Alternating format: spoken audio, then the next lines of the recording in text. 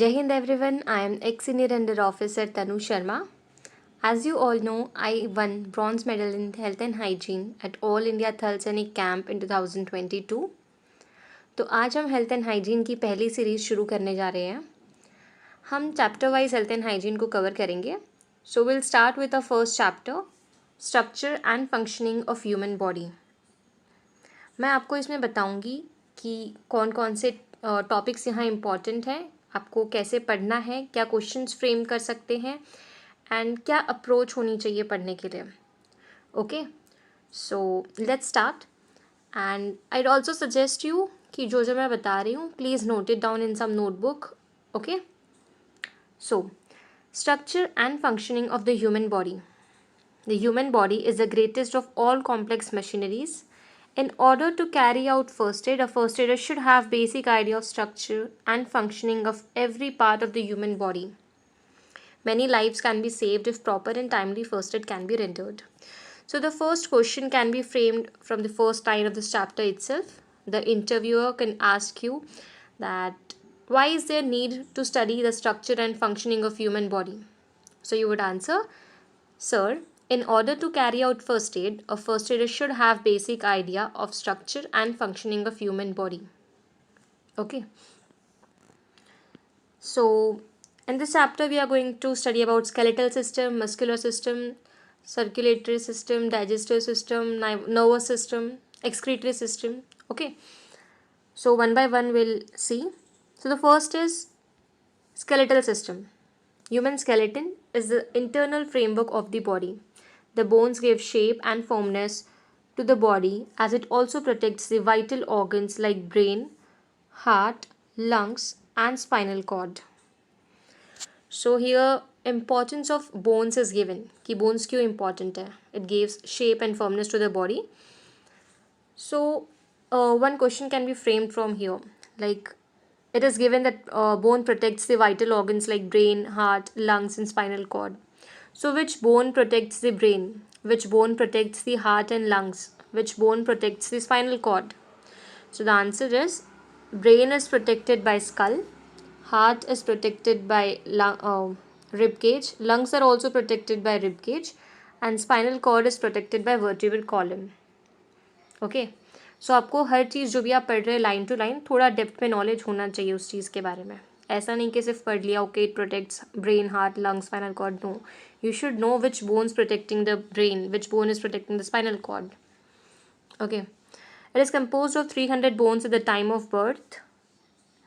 It total decreases to 206 bones by adulthood after some bones have fused together. So at the time of birth कितनी bones होते हैं? 300 bones. And then 206 bones हो जाते हैं bye adulthood. अब ये कैसे होती है?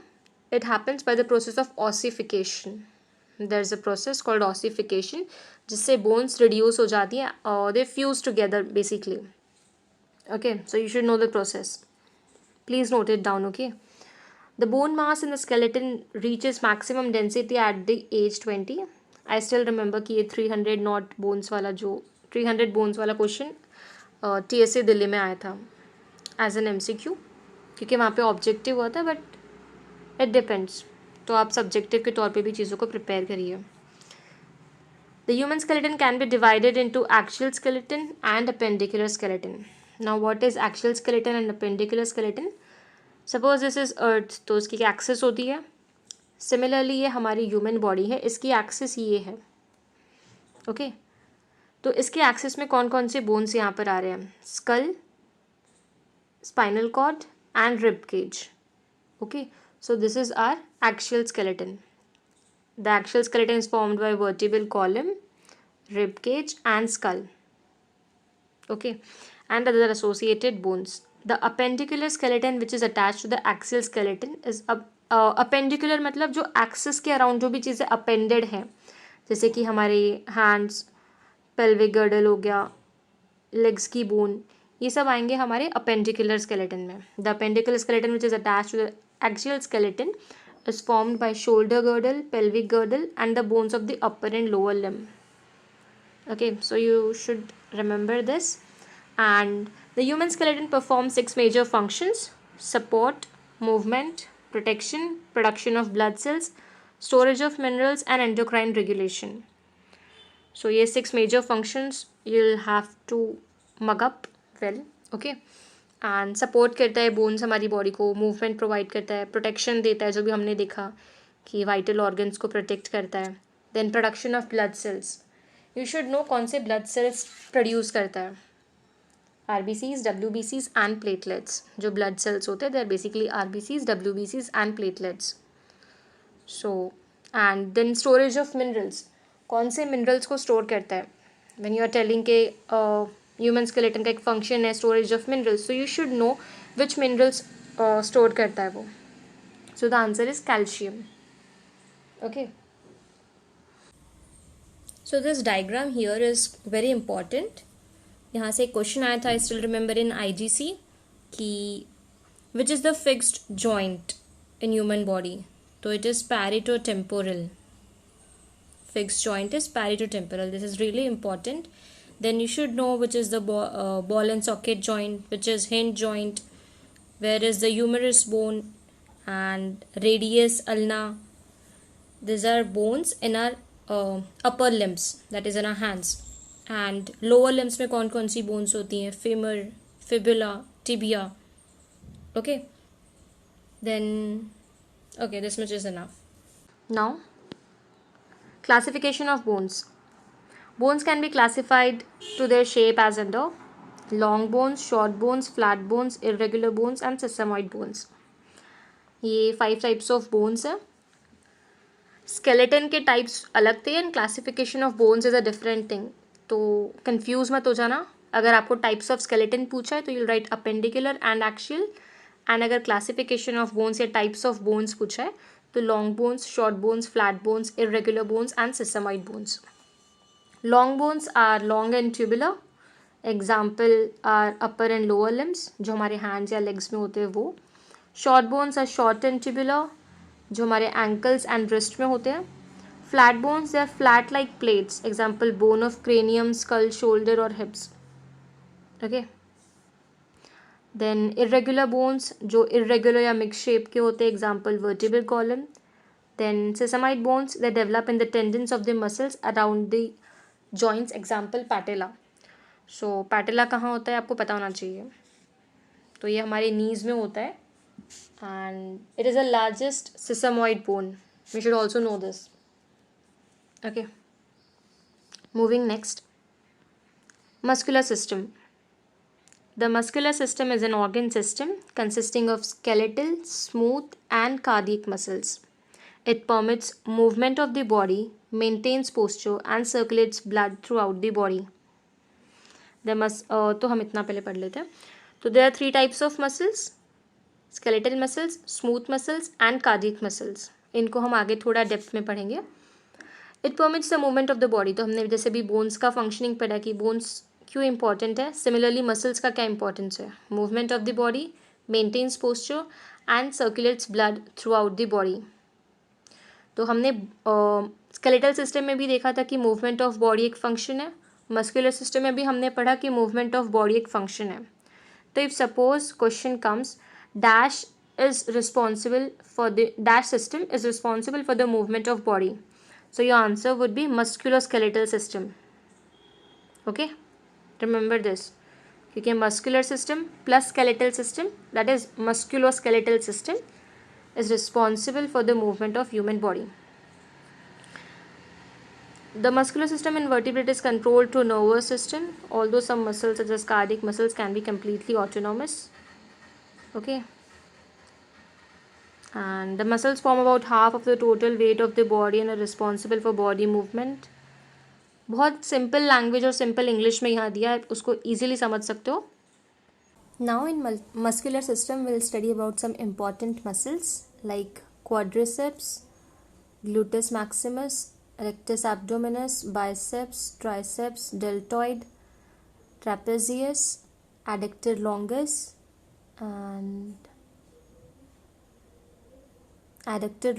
and adductor magnus.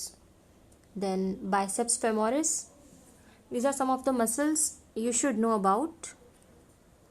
And when we are talking about muscular system, you should also know कि हमारी बॉडी में कितने मसल्स हैं. दे कैन आस्क कितनी मसल्स हैं हमारी बॉडी में. जैसे नंबर ऑफ हमको बोन्स पता है, it's 206 bones by adulthood. So how many muscles? So it's 580 muscles present in a human body. Which is the smallest muscle? That is stapedius muscle. It is present in a ears. And जो longest muscle कौन सी है? साराटोरियस muscle है, जो हमारी hip joint से या hip bone से नी तक के जो जॉइन होती है वो जो मसल है, that is the longest muscle. Shortest कौन सी है? Stapedius muscle. एंड लॉन्गेस्ट है साराटोरियस.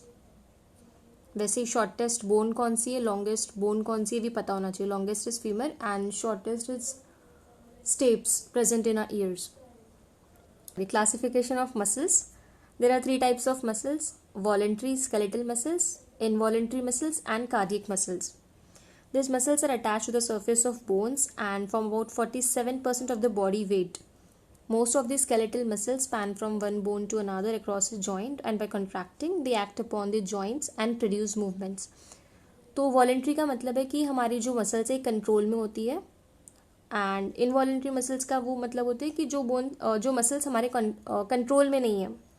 एग्जाम्पल हमारी जो स्किन या हमारी जो बोन्स के ऊपर जो भी मसल्स है, कुछ भी हमें गर्म लगता है हम फटाक से हमारा हाथ हटा लेते हैं, कुछ कट गया तो हम हटा लेते हैं. Why? Because it is in our control. It is voluntary action. ठीक है. स्केलेटल मसल्स मतलब जो हमारी कंट्रोल में है. इनवॉलेंट्री मसल्स मतलब जो ऑटोनॉमिक नर्वस सिस्टम कंट्रोल करता है. एग्जाम्पल हमारे स्टमक की जो मसल्स हैं या हमारे इंटेस्टाइन में जो मसल्स हैं, they are not controlled by us. They do not ask before working anything. Okay. So that is involuntary, जो हमारे कंट्रोल में नहीं होती है. Next, cardiac muscles. जो हमारे हार्ट में जो भी मसल्स होती हैं वो कार्डियक मसल्स होते हैं. They are striated structurally, unstrained functionally. They form the part of the heart wall. Next is organ system. Circulatory system. The circulatory system consists of heart, blood vessels and blood. अब यहाँ पे आपको देखोगे तो इस notes में सिर्फ heart के बारे में आपको 1 पैराग्राफ में दिया है. यहाँ पे ब्लड के बारे में भी 1 लाइन में दिया है. ब्लड वेसल्स के बारे में भी बहुत कम दिया है. बट आपको इसमें एक्स्ट्रा इन्फॉर्मेशन ऐड ऑन करनी पड़ेगी अपने नोट्स में. सबसे पहले हम यहाँ पे देख लेते हैं कि ब्लड का काम क्या बताया, फंक्शन क्या होता है, ब्लड सर्कुलेशन क्यों इंपॉर्टेंट है, ताकि oxygen, nutrients and other substances tissues तक जा सके. एंड जो भी waste products and carbon dioxide form हुआ है टिश्यूज़ में, वेस्ट प्रोडक्ट्स, वो रिमूव हो सके. तो heart is a 4 chambered pumping organ. कौन कौन से 4 चैम्बर्ड होते हैं? Right atrium, right ventricle, left atrium, left ventricle. ये हमारे हार्ट के 4 चैम्बर्स होते हैं. सबसे पहले हमारी अपर बॉडी से सुपीरियर वेना कैवा के थ्रू इम्प्योर ब्लड आता है राइट आर्ट्रियम में. एंड इन्फेरियर वेना कैवा के थ्रू जो लोअर बॉडी से इम्प्योर ब्लड आता है राइट आर्ट्रियम में. देन राइट आर्ट्रियम से right ventricle. Then through pulmonary artery it goes to our lungs for oxygenation. Through lungs pulmonary veins के through blood आता है हमारे लेफ्ट आर्ट्रियम में, that is pure blood. And then to left ventricle and then through aorta पूरे body में हमारा pure blood circulate होता है. तो ये इन शॉर्ट मैंने थोड़ा बताया. आपको डिटेल में अगर और देखना है तो आप देख सकते हो. मतलब पढ़ना ही पड़ेगा आपको इतना थोड़ा डिटेल में हर एक टॉपिक को. Then it is situated in thorax between the lungs and on the left side of the body. To a size कितना होता है? क्लोज्ड फिस्ट जितना, लेफ्ट हैंड के फिस्ट जितना बोला जाता है. एंड मेल में जो उनका वेट होता है हार्ट का वो 300 grams and in female 250 grams. ये भी MCQ या फिलअप्स के लिए पूछते हैं wait. Now, blood is also known as the transport system of the body. It consists of plasma, RBCs, WBCs and platelets.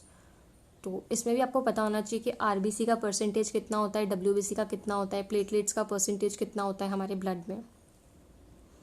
मेरे नोट्स में लिखा है वो, और आप वहाँ से देख सकते हो ये सब चीज़ें इन डिटेल. अदरवाइज ये वीडियो बहुत ज़्यादा लंबी हो जाएगी. Blood vessels are tube-like structures which carry blood all over the body for circulation. These are of 3 types: arteries, capillaries and veins. Okay. Now what are arteries? Arteries are blood vessels which carry pure blood from heart to other parts of the body.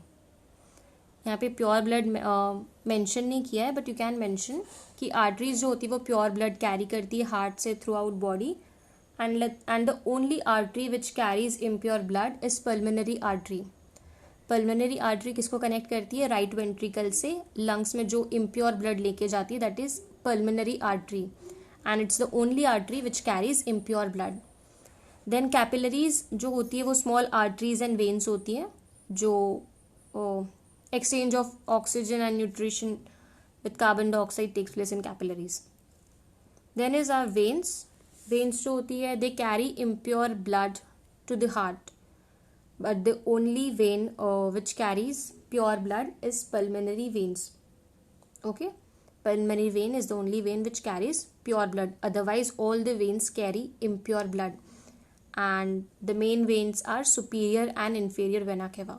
Question आ सकता है dash and dash are the main veins, या inferior and superior vena cava आपको पता होना चाहिए। Superior upper body से blood लाती है impure blood, and inferior vena cava lower body से इम्प्योर ब्लड लाती है।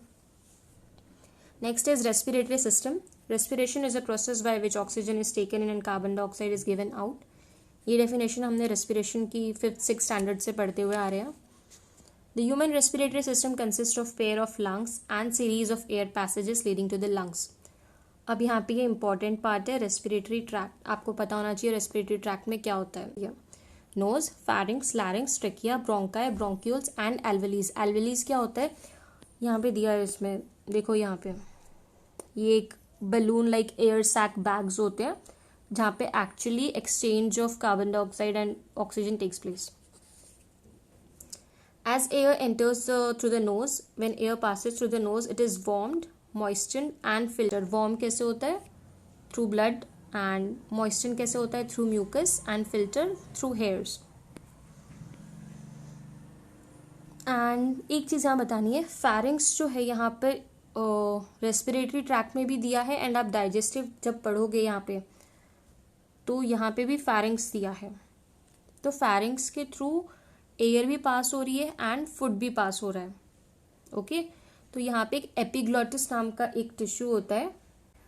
Digestion is a chemical and mechanical process by which complex food substances are broken down into simpler substances so that they can be easily absorbed by blood and utilized by various tissues of the body according to the requirements.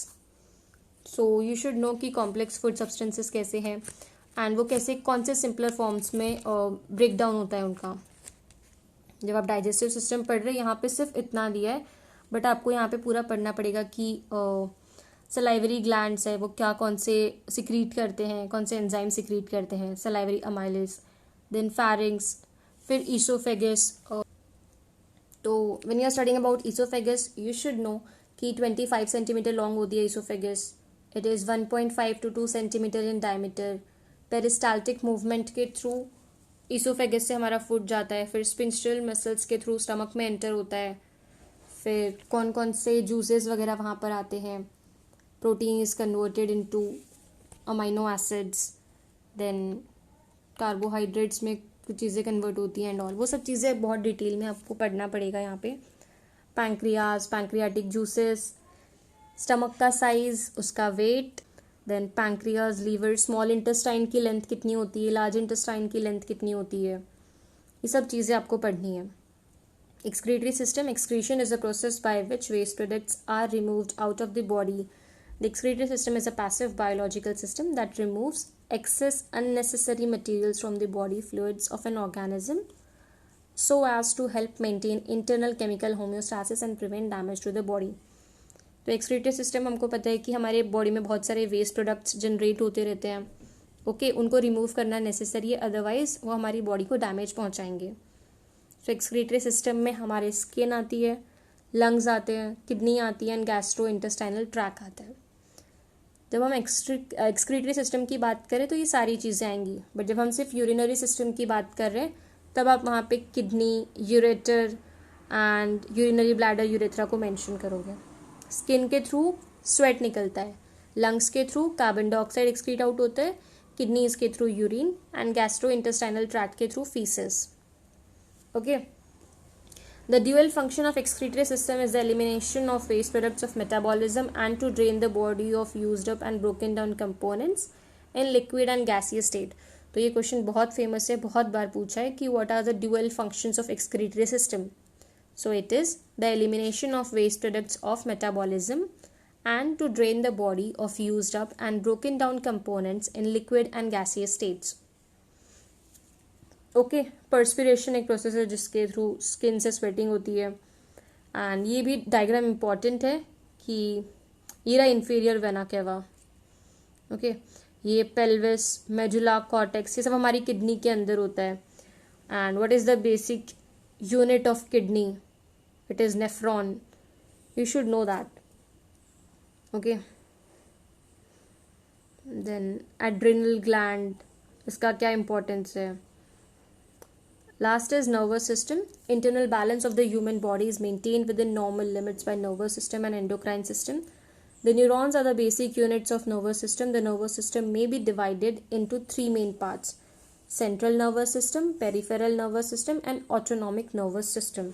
Central nervous system consists of brain and spinal cord. Alright.